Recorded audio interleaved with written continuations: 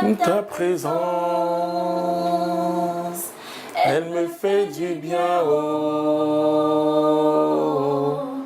J'aime ta présence, Jésus, elle me rassure.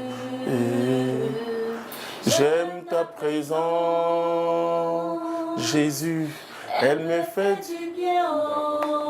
J'aime véritablement ta présence, Seigneur. Tu es bon, tu es grand, tu es puissant, tu nous fais du bien. Louange et gloire à toi, éternellement. Amen. Que Dieu nous bénisse dans le précieux nom de notre Seigneur Jésus-Christ. Discernement et réalité de l'onction. Comprendre cette manifestation particulière du Saint-Esprit. Je vous salue en ce samedi, en ce milieu du jour. Et hier, nous avons fêté la Journée internationale des femmes. Alors, je salue toutes les dames, toutes les personnes qui nous suivent, surtout vous, les femmes. Le monde vous doit beaucoup de choses parce que le monde vous doit beaucoup de choses parce que par vous, le Sauveur est arrivé, Marie, la grande dame. Alléluia. Alors, je vais parler de l'onction et de comment comprendre l'onction, comment vivre l'onction. Alléluia. Et en même temps, quand je vous parlerai de l'onction, je vous parlerai comment discerner si c'est l'onction, ce n'est pas l'onction. Très important. Je vais lire un peu le premier miracle de guérison qui s'est produit dans les Actes des Apôtres. Pierre et Jean montaient au temple, c'est Acte 3. Pierre et Jean montaient au temple pour la prière de la 9e heure. Or, on portait un impotent de naissance qu'on déposait tous les jours à la porte du temple appelé la Belle, pour demander l'aumône à ceux qui y entraient. Voyant Pierre et Jean sur le point de pénétrer dans le temple, il leur demanda l'aumône. Alors Pierre fixa les yeux sur lui, ainsi que Jean, et dit, « Regarde-nous !» Il tenait son regard attaché sur eux, s'attendant à en recevoir quelque chose. Mais Pierre dit, « De l'argent et de l'or, je n'en ai pas, mais ce que j'ai, je te le donne. Au nom de Jésus le Nazaréen, marche !» Et le saisissant par la main droite, il le releva. En l'instant, ses pieds et ses chevilles s'affermirent. D'un bond, il fut debout, et le voilà qui marchait. Il entra avec eux dans le temple, marchait, gabadant et louant Dieu. Parole du Seigneur notre Dieu. Alors on peut se demander, Pierre et Jean qui avaient l'habitude d'entrer dans le temple, mais pourquoi cette fois-ci? Pourquoi il fit ça, cet homme? Je dis toujours, parlant de l'onction, je parle de l'onction comme une aura divine. L'onction, Dieu fait reposer l'onction sur nous. Jésus dit, l'Esprit du Seigneur est sur moi, il m'a conféré l'onction, il m'a consacré dans l'onction.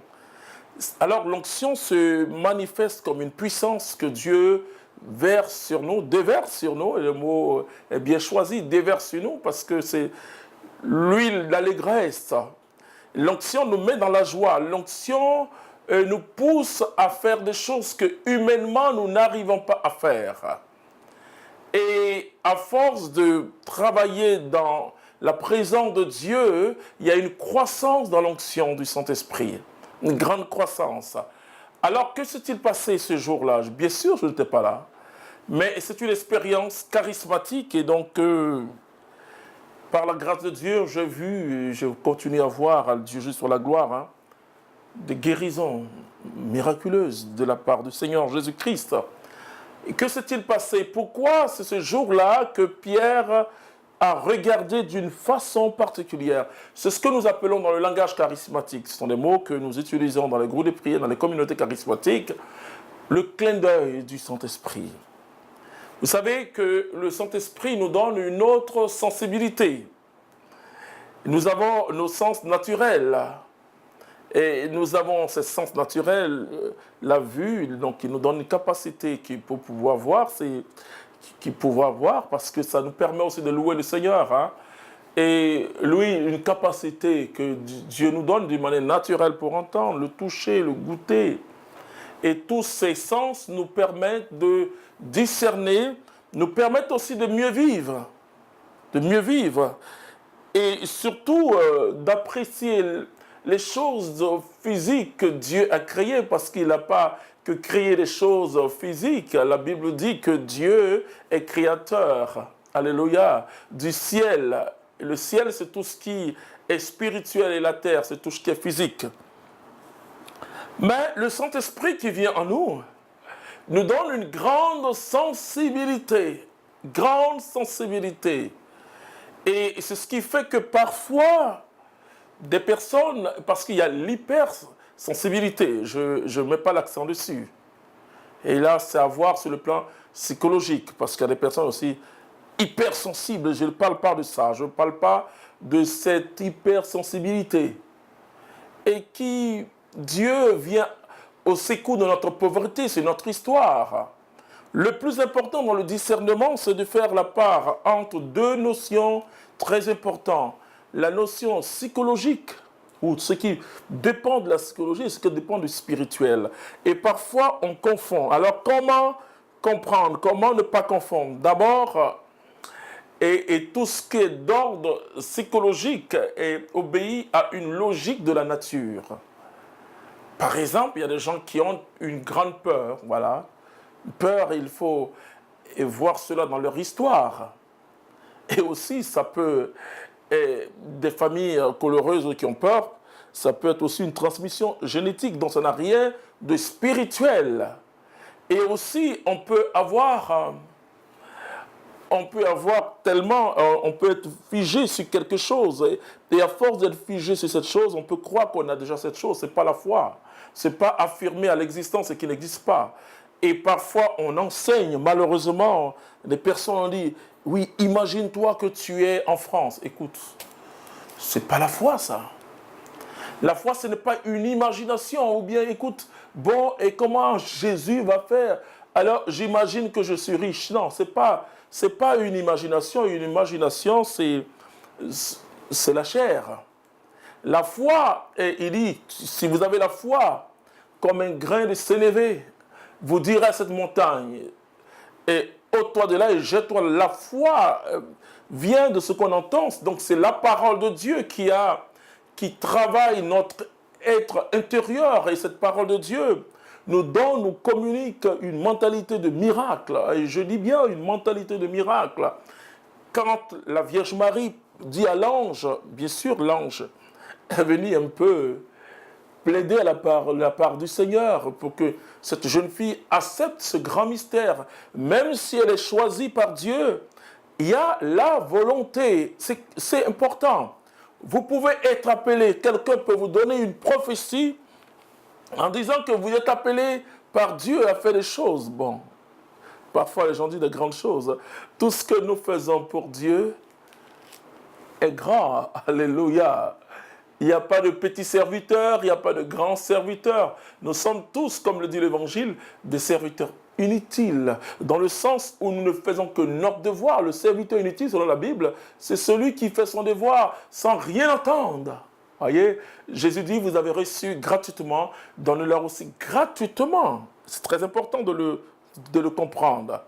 Donc, quand nous recevons le Seigneur, il nous donne aussi une sensibilité. Je l'ai dit que tout ce qui est humain peut être issu de notre système émotionnel. Vous voyez, émotionnel, alors que tout ce qui est de Dieu dépend de notre communion avec le Saint-Esprit, des suggestions que Dieu, par la motion de son Esprit Saint, installe cela en nous. Donc ce n'est pas on n'imagine rien en Jésus-Christ. On croit, alléluia. On croit avec une ferme assurance. La foi vient de ce qu'on espère. La foi, c'est toucher ce que l'œil naturel ne peut toucher, ce que le bras naturel ne peut toucher. C'est une ferme assurance des choses qu'on espère. Une assurance,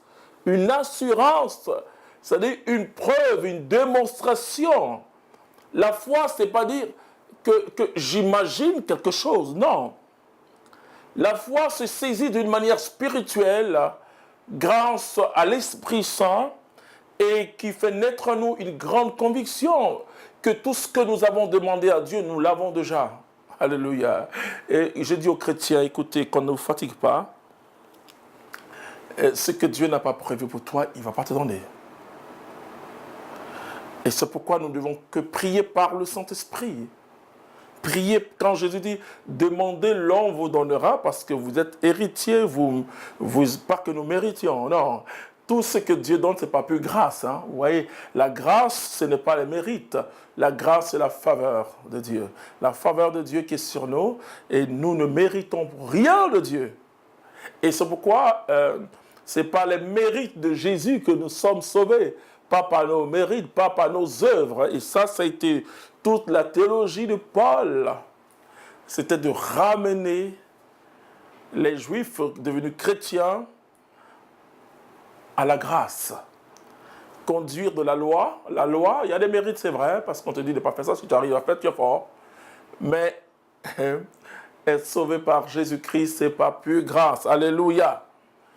Donc, nous pouvons ressentir des choses.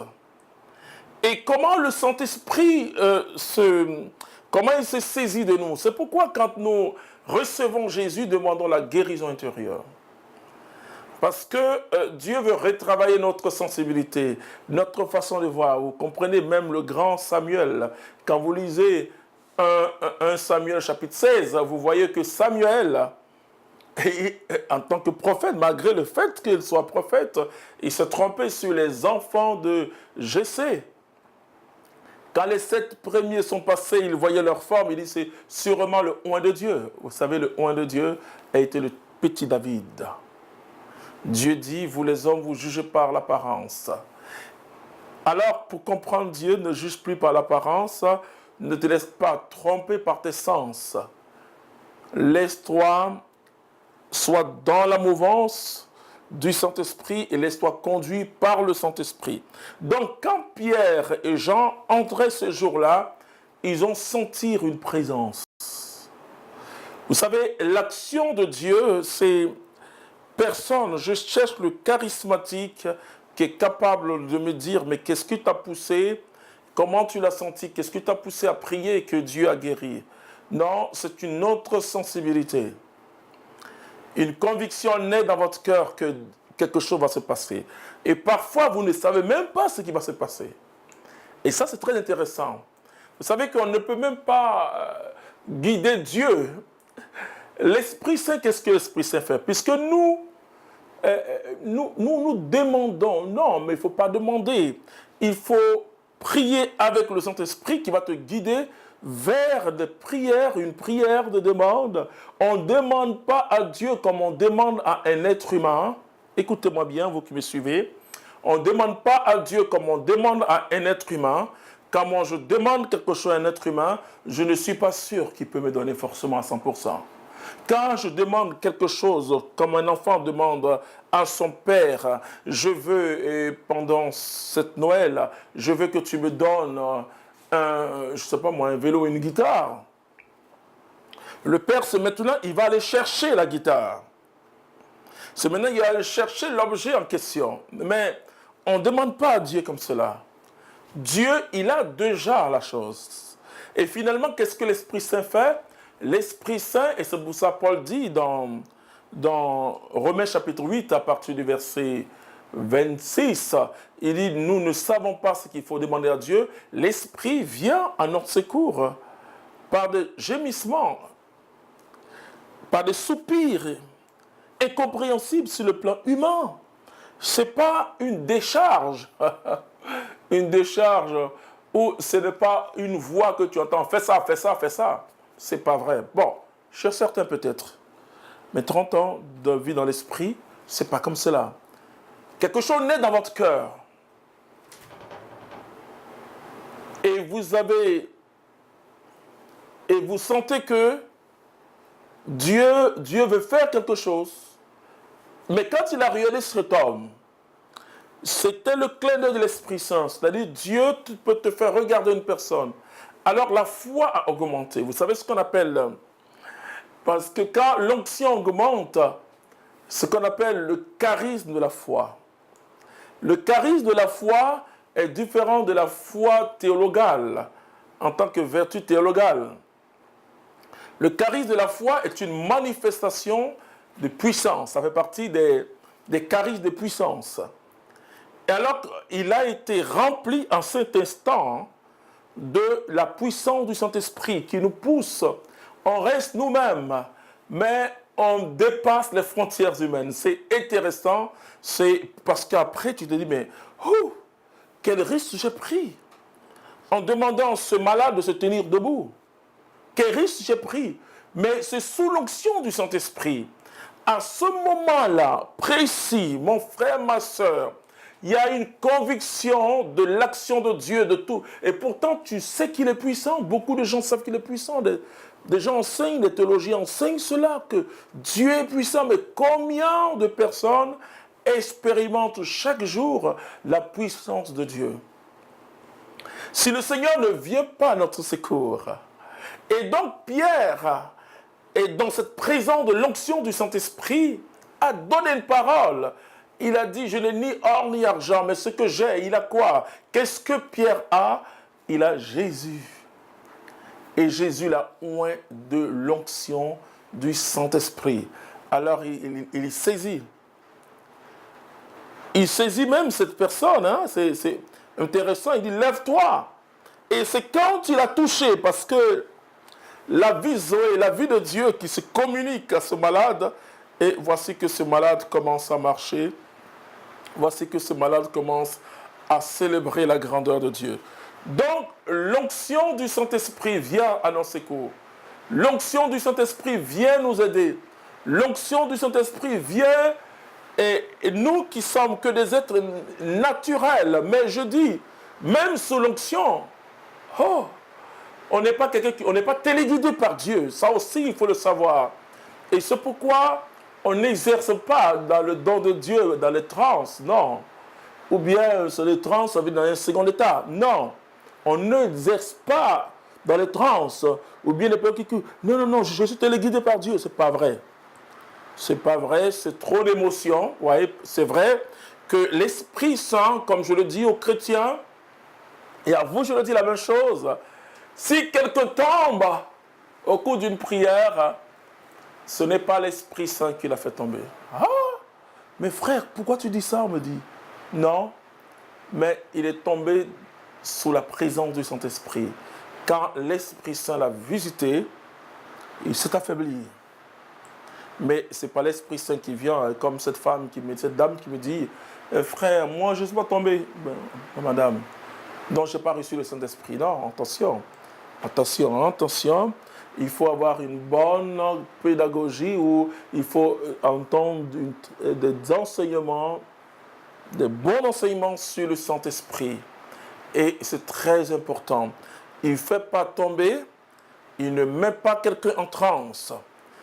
Quand l'Esprit Saint descend, pourtant il est présent déjà en nous, quand il descend dans sa puissance, chacun en fonction de son histoire, en fonction de ses dispositions intérieures, etc. Et aussi la puissance, c'est vrai. J'ai vu des personnes inimaginables, tomber sous le pouvoir du Saint-Esprit, qu'on appelle le repos dans l'esprit. Bon, aussi, il ne faut pas résister, faire comme certains qui disent « moi je ne tombe pas », ça n'a aucun sens. L'esprit épouse notre pauvreté. Donc certaines personnes se sentent, il y a l'effet de surprise, vous comprenez. Donc à la fois il y a cette présence de l'onction, mais il y a l'émotion aussi, le fait de sentir une chaleur. Alors que je suis là, je sens un feu, il y en a qui crient. Et puis, bien sûr, la première fois, ces personnes sont tellement étonnées que certaines personnes tombent. Mais écoutez bien, il est très élégant, le Saint-Esprit. Alléluia. Il est très élégant, très, très élégant. Mais parfois, nous recevons une telle décharge, la puissance du Saint-Esprit. Et c'est vraiment intéressant. C'est vraiment, vraiment intéressant. Et d'autres tombent, c'est pas grave. Hein. Ils ne font pas exprès, ces personnes ne font pas exprès. Et certains disent, oh, ils font exprès. Moi, j'étais quelque part avec un frère communautaire, c'était en 98. Dès qu'on commence en Italie, dès qu'on commence, tout le monde est par terre. Bon, le frère m'a appelé, puis je dis, mais est-ce qu'il ne faut pas exprès? Je dis, non frère, il ne peut pas faire exprès. Quelqu'un peut faire, il dit, non mais à peine, je dis, mais ça dépend. Mais on n'est pas, je dis aussi malheureusement, quand certaines personnes voient, tout le monde tombe, on dit, oh, l'homme de Dieu a longtemps fait, c'est le Saint-Esprit, ça dépend de la disposition intérieure. Pourquoi dans les cheminements de cette semaine de renouveau charismatique, on jeûne, on se prépare parce que, et donc quand tu te prépares, quand tu désires tellement, bon, désire tellement, voilà, désirer servir le Seigneur, oui, c'est bien. Désir, le mot désir. Non, c'est. Nous servons le Seigneur depuis le jour de notre baptême. Nous sommes. Il n'y a pas, là c'est une parenthèse théologique. On ne doit pas dire à un baptisé, va en mission. Naturellement, bien sûr, il peut être envoyé par son responsable, etc. Mais il ne peut pas dire, non, moi, je suis baptisé, mais on ne m'a pas dit d'évangéliser. Mais ce n'est pas possible. Dans le sacrement, il y a en même temps l'envoi à mission par le Saint-Esprit. Alléluia. Donc le désir dessus. Non. Peut-être demander à Dieu sa grâce pour mieux le servir. Voilà. Sa grâce pour mieux le servir parce que nous sommes des pauvres, très limités, et le Saint-Esprit vient. Donc, quand Pierre, à ce jour-là, il y a une motion intérieure, et Pierre a parlé. Alors, comment garder, ce qui m'intéresse, comment garder l'onction? Parce que on dit souvent aux gens, écoutez, tout le monde a le Saint-Esprit. Oui, tout le monde a l'Esprit Saint. Tout baptisé de Saint-Esprit, il n'y a même pas de problème. Ça, c'est une vérité théologique. Une grande vérité extraordinaire. Et parce que Jésus, il nous sauve. Il nous sauve par le baptême. Dans le baptême, nous avons la vie de Dieu. Nous devenons enfants de Dieu. C'est extraordinaire. Nous sommes incorporés à Christ et à l'Église. C'est vraiment intéressant.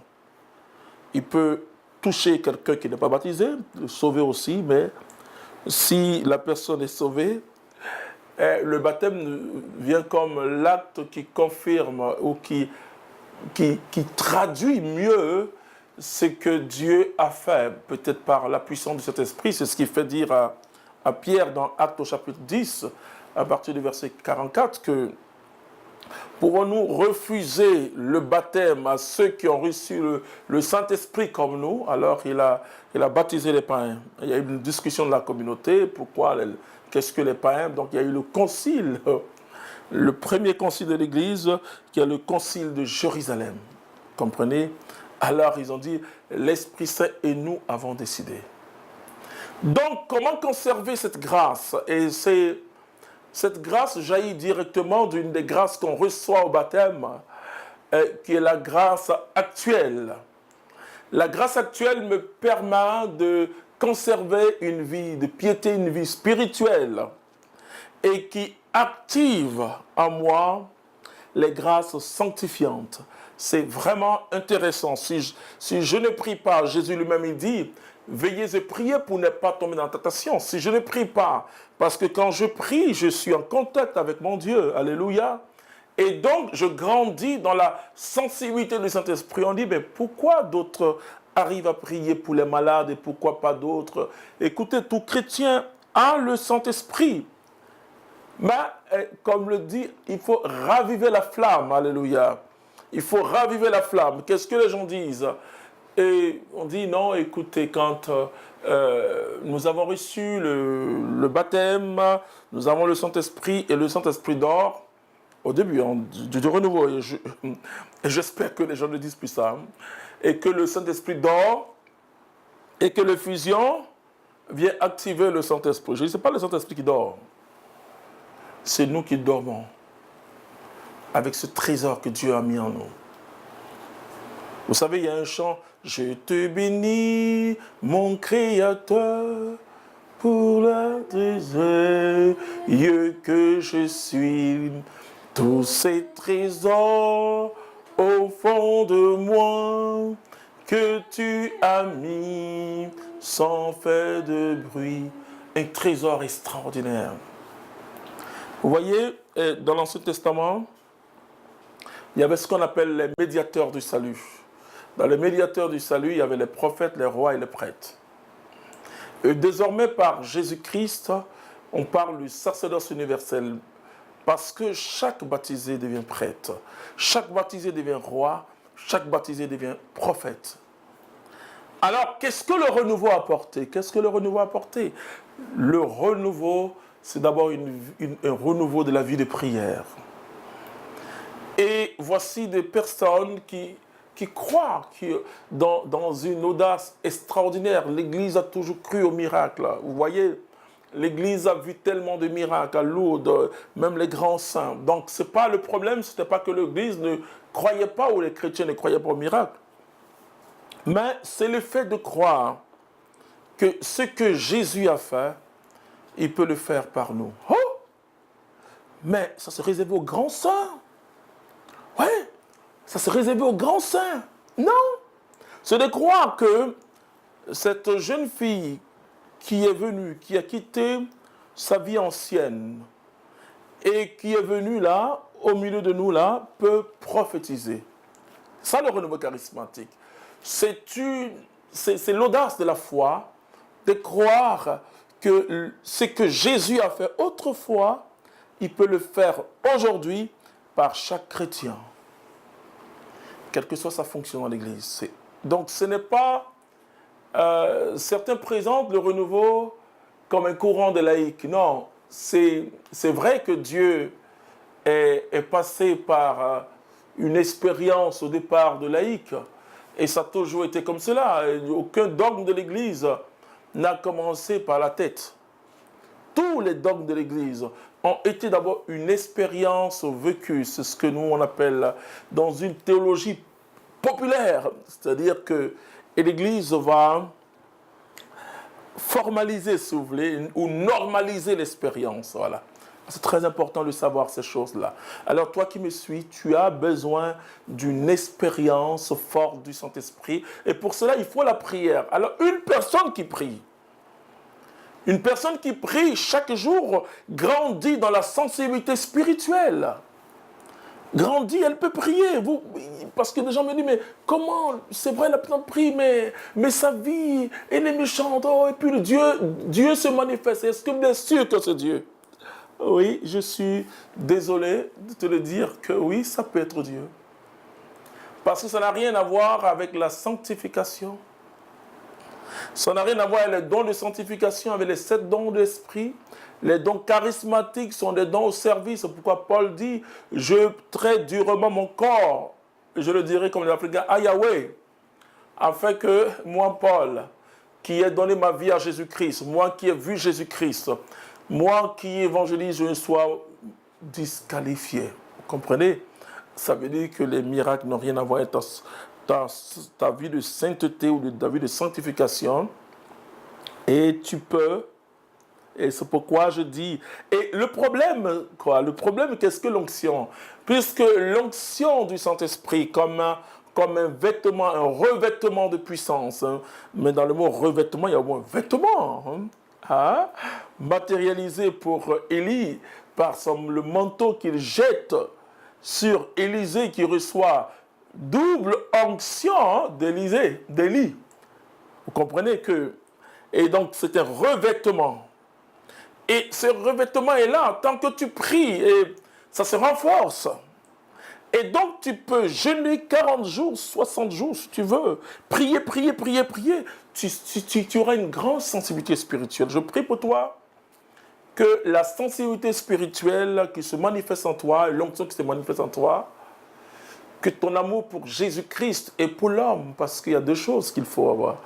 Il faut être émerveilleux de Dieu. Si vous ne vous émerveillez pas, vous savez, il y a des gens qui se disent des vieux chrétiens, et ils regardent d'autres, ce qu'on appelle les charismatiques, danser, sauter, taper les mains.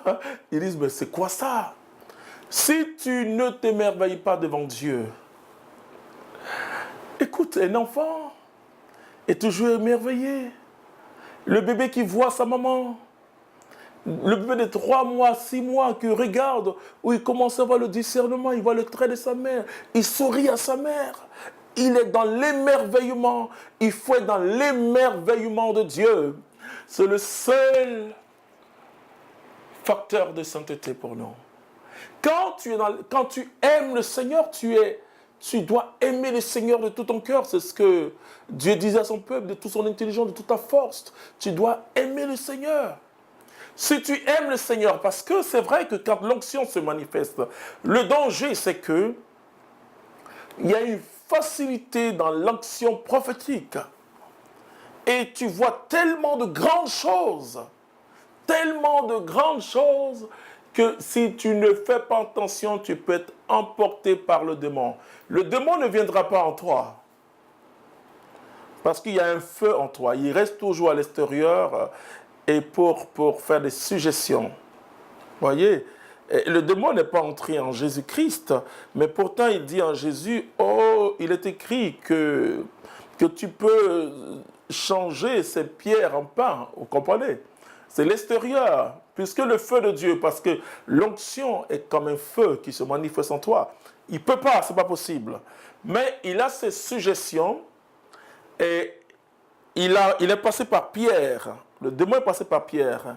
Et pas qu'il a possédé Pierre, mais il a suggéré Pierre, il dit, va lui dire pourquoi il parle de sa mort. Pourquoi il parle de sa mort? Pierre! Je ne sais pas si quelqu'un plus a un doigt de Marie que Pierre et Paul. Ouais. Et donc, il passe par les gens. Et on peut te dire que, comme il a suggéré, Pierre va dire à Jésus, alors Pierre va dire à Jésus, non, mais pourquoi tu parles de ta mort, etc. Jésus dit, arrière Satan, parce que celui qui était derrière Pierre. Et donc, il va suggérer, il va dire, tu es puissant. Il va dire que tu es fort. Tu es indispensable. Parce qu'avec l'onction, je peux vous dire, frères et sœurs, et là je l'interdis au niveau de la communauté, tu peux dire à quelqu'un, touche mes lunettes. Et Jésus peut guérir la personne. Parce que là, je voulais parler le mardi passé de la réalité de l'onction. Je vous ai dit que les os d'Élisée ont resté malades. Tout ce que vous touchez quand l'onction du Saint-Esprit est sur vous, alors certains prennent leur veste, et bon, d'autres disent la comédie. Non, pas la comédie. Ils lancent, mais en quoi ça ramène au royaume de Dieu? En quoi je peux dire, touche ma chaussure, touche ma chaussure. Ils vont toucher avec la foi, Dieu va agir. Vous comprenez? Et c'est là le discernement. Le discernement, c'est qu'à partir de cet instant, tu as quitté le service du royaume. Parce que, écoutez-moi, je dis toujours, je ne fais pas de comparaison, mais le démon a quitté le service du royaume avec sa puissance. La puissance, elle est erronée. Et tant que la personne prie, même si elle, comme je le dis, si tu ne te laisses pas éduquer par le Saint-Esprit, tu irais dans tes carences avec l'onction, peu importe. Puisque jusque-là, tu ne penses que prier pour les autres, tu ne prie pas pour toi-même. Moi, je vois des hommes de Dieu. Et quand ils prennent du temps, c'est parce qu'ils ont une mission. Je dois écouter. La première préoccupation quand vous recevez Jésus, et comme le disait l'Église dans le temps, c'est la préoccupation de ton âme. Voilà. C'est là d'abord ta communion avec Dieu. Ce n'est pas le service, ce n'est pas le fait de... Mais c'est ta relation avec Dieu qui va déterminer la qualité de ton service dans le royaume de Dieu. Mais si tu n'as aucune relation avec le roi, comment tu sers quelqu'un que tu ne connais pas? C'est compliqué. Donc la grande préoccupation de l'homme de Dieu, c'est sa relation personnelle avec Jésus-Christ. Et quand vous avez cette relation personnelle avec Jésus-Christ, l'Esprit Saint va vous dire, écoute, tu as exagéré. Au jour, c'était l'orgueil. C'était plus la vie dans l'esprit. L'Esprit Saint, comme le dit Jésus dans Jean chapitre 16, verset 8, il nous convainc de péché, de justice et de jugement. Alors, je vais m'arrêter là pour t'aider à comprendre, pour nous aider nous tous à comprendre cette réalité de l'onction. En même temps, vous voyez, je fais le discernement. Ça veut dire que, pour ceux qui sont catholiques, je souhaite que vous tous, vous le soyez, enfin, nous sommes dans un grand temps de jeûne, et nous avons commencé depuis le mercredi passé, Mais c'est aussi un temps de sanctification, de purification, pour demander à Dieu vraiment les instruments du service. Mais commence à le servir tel que tu es d'abord. Et au fur et à mesure que Dieu te définit des tâches plus complexes, il te donne aussi les moyens nécessaires. Alors on va prier. Je vais prier surtout pour la sensibilité spirituelle. Et retiens une chose, c'est que Dieu ne te donnera jamais, il ne me donnera jamais à moi ce qu'il n'a pas prévu pour moi. Alors j'ai besoin du Saint-Esprit pour que le Saint-Esprit m'oriente, pour que je demande à Dieu ce qu'il avait prévu pour moi. C'est très important. Ne croyez pas que nous pouvons...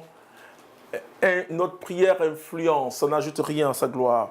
Nous ne pouvons rien d'autre. Nous avons besoin de la révélation de Dieu pour pouvoir parler à Dieu, orienter, laisser l'Esprit Saint orienter notre prière pour que nous puissions obtenir, alléluia, je le dirais parfois mais sans délai, ce que Dieu a prévu pour nous. Et quand le kairos arrive, le temps de Dieu, Dieu nous donne une intelligence forte par son Saint-Esprit pour lui demander ce que lui, il a toujours prévu pour nous. Il n'est jamais surpris, Dieu. Et ce n'est pas quand tu demandes à Dieu qu'il va chercher pour toi. Non. Il a déjà tout. Il est la plénitude des plénitudes. Alors, je prie pour que tu aies la sensibilité spirituelle comme Pierre et Jean, qui ont eu cette grande sensibilité par l'onction. Saint-Esprit, merci de nous parler. Merci de nous instruire, de nous faire avancer dans ta présence. Merci pour les miracles que tu réalises par une simple créature que nous sommes, mais que nous puissions te donner toute la gloire au Jésus. Enseigne-nous, Seigneur. Guide-nous dans ta gloire et dans ta puissance. Amen.